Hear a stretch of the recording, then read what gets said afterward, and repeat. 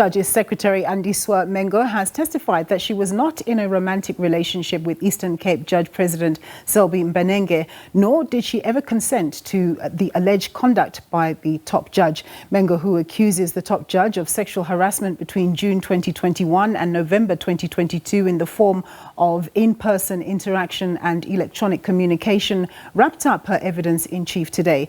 That is when her counsel, Advocate Nasreen Rajab-Budlender SC, took a moment to clarify some questions prior to Mengo's cross-examination. Did you at any point consent to receiving sexual messages from the Judge President? Ingaba nikhona na ilixa apho khona ke waye wavuma wena ke okokuba ngaba ke ni benale ncoko ephathelene nezesondo kanye naye uJudge President? Hayi, zange ndivumelane naye. No, I never consented. Were you in a romantic relationship with the Judge President? Ingaba wawuthandana na neJudge President? Hayi, zange ndithandana No, naye. I was never in a love relationship with him.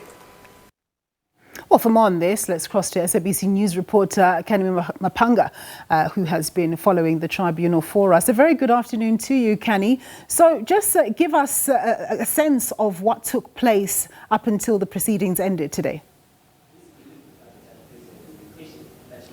Well, good afternoon to you, Nambu, and to the viewers at home. What you saw this morning on day 7 of the first ever sexual harassment probe in the judiciary was Judge's Secretary Andiswa Mengo wrapping up the tail end of her evidence from yesterday, where she dropped that bombshell that allegedly an incident took place in the chambers of Eastern Cape Judge President Selby Mbenenge. We heard this evidence, which could be damning if found to be true, that the witness was called to the chambers of the Judge President, where a remark of a sexual nature was allegedly made by Mbenenge, where he said, do you know the effect that she had on him? And then, of course, she testifies under oath that what followed was the Judge President allegedly making a request for her to perform oral sex in chambers.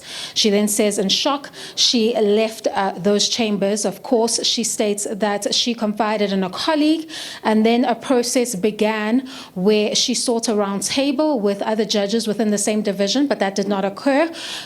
She then turned to WhatsApp to expose the alleged exchanges, as she felt that she was not being believed.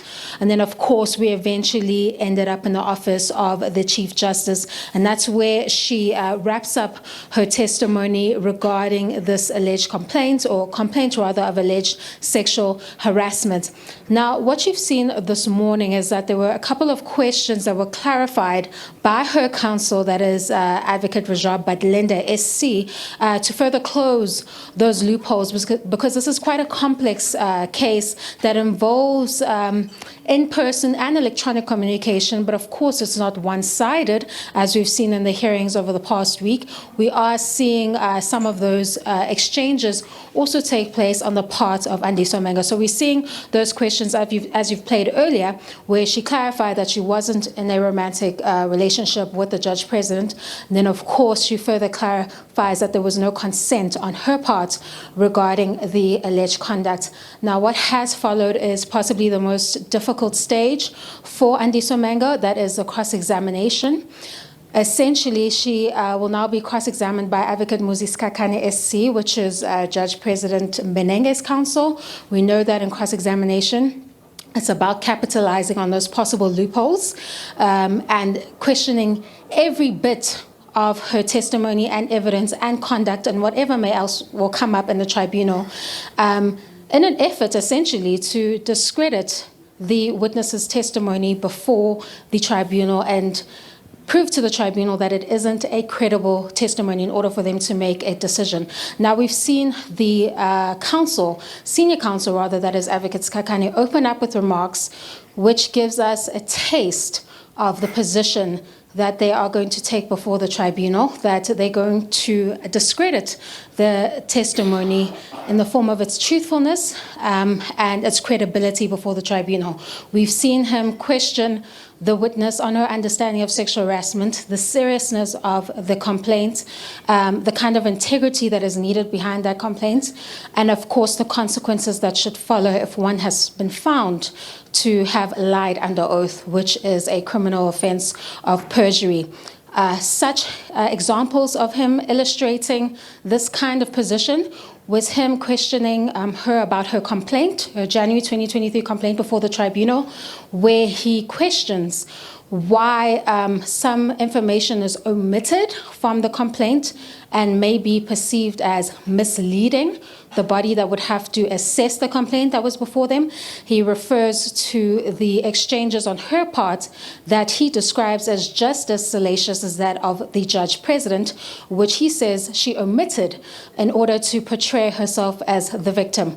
There are some concessions that she has made regarding that, but we already know, due to her testimony, why she chose to respond the way that she responded and why she was interacting with those exchanges, which forms part of this overall discussion around the nuances of sexual harassment in professional settings, and that victims often feel compelled to respond and to some extent play along to avoid the consequences that may follow if they outright reject those advances. But she is adopting a clear strategy to keep her answers as short and simple as possible, which is what one should do during cross-examination, because it's a really common cause as to why she responded the way she did, as her counsel as well as the evidence leader, that is State Advocate Nasreen has gone through in fine detail as to why she would have responded the way she responded. So at this moment, you're seeing very short yes and no responses as the counsel seeks to create loopholes in the testimony of Andiswa Mengo. We'll continue to see that cross-examination at about 1:45 when we commence here in Johannesburg. Over to you in studio. Yeah. Canny, one last question. Should Andiswa Mengo win, if I can put it like that, what would the consequences be for the judge?